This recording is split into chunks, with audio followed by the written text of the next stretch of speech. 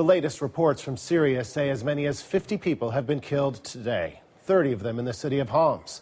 The figures haven't been independently confirmed, but it's clear the fighting continues despite a Red Cross appeal for a ceasefire. This is the latest video from Homs, where Syrian troops have been pounding the city now for 2 weeks. It's the center of protests against the Syrian regime. The International Committee of the Red Cross is asking the government and rebels to agree to a ceasefire of at least 2 hours a day. It wants to deliver aid to civilians in Homs and other areas. My next guest says Canada should be pushing for that daily ceasefire and demanding Syria allow the Red Cross to do its work.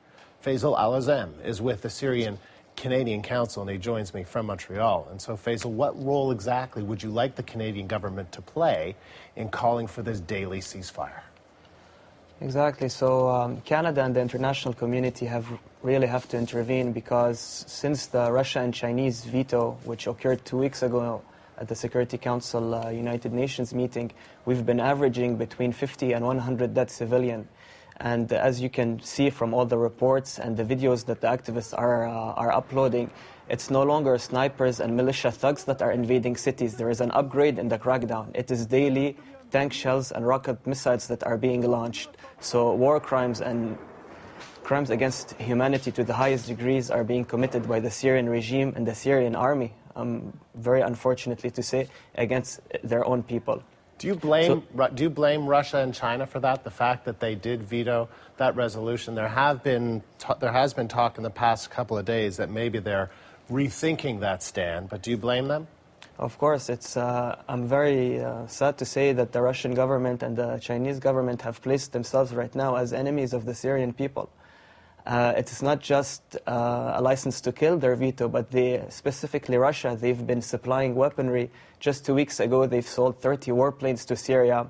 They have their whole navy, or a big part of Russian navy, has been placed on the coastal of Syria, specifically the city of Tartus.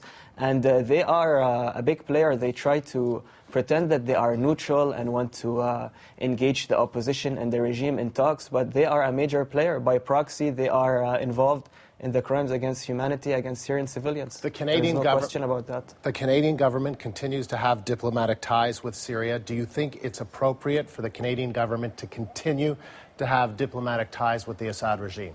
Absolutely not. A regime that constantly and systematically commits crimes against humanity, that goes from torture of children to sexual harassment to using its entire military force against civilians, is not a regime that we should consider in the 21st century, or even consider any kinds of legitimacy of its existence.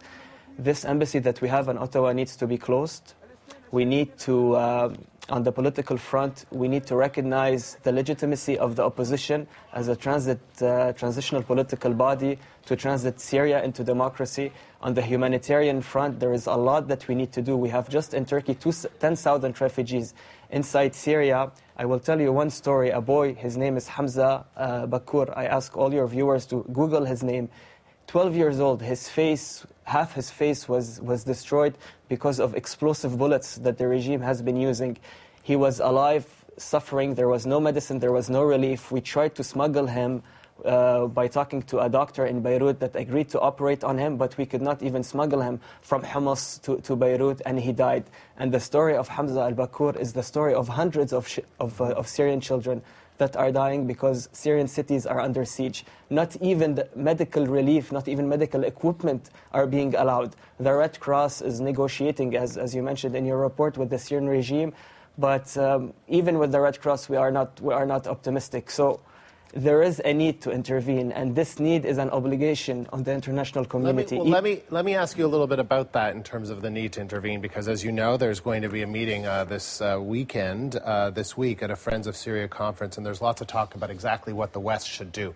Russia and China have been saying, look, there shouldn't be intervention because the opposition is, they're split. The opposition don't have one clear goal. First of all, do you buy that argument? And second of all, what is it exactly, when you talk about the West intervening, what is it that you want the West to do? First of all, I've never heard of any country that has a unified position. When I look at parliament sessions here in Ottawa, it's almost fistfights between conservatives and liberals and NDP. And this is the most shameful statement I have heard yet from Russia and China. We let crimes against humanity occur because the opposition is not unified. And the opposition is unified in something that they want Syria to become a democratic civil country, and they want an end to the regime. There is an agreement on that. Yes, there is several parties in the opposition, but the main one and the one that has the most legitimacy and that has the most representation is the Syrian National Council. Should there be air support? Should there be air support? Is that what you want? So this is the first point. The second point, you have to understand that in the UN in 2005, there is a Human Rights United Nations norm that's called the responsibility to protect. It means that if any country is going through war crimes, genocide, or ethnic cleansing, the international community has to do whatever is possible to protect these civilians. And few examples could be humanitarian corridors, could be a safe haven or a protected zone to protect civilians, protect activists, and protect army defectors. Army defectors is something that is very crucial. This is what's making the difference on the ground. The only thing that's keeping Assad on his ground politically are these Russia and China's veto, and the other aspect is the army and his paramilitary and his 17 intelligence bodies that have been torturing Syrian civilians for the last 40 years. If this army knows that it can defect safely, then you are going to see this regime crumble on its own. And just, if you permit me, a final note. All the defectors from the army that are forming the Free Syrian Army that we are in contact with inside Syria or in Turkey, they are telling us we are not defecting if we are not ensuring that our families are safe in Turkey. So, as you know, defecting from the army in Syria is equal to a death sentence for the army defector and for his family. So, for the West or for the Friends of Syria, this is something crucial to start implementing these humanitarian corridors and these safe havens that will protect civilians and army defectors. Faisal, very good to talk to you. Thank you very much. Faisal Thank you for having me. of the Syrian Canadian Council joining us in Montreal.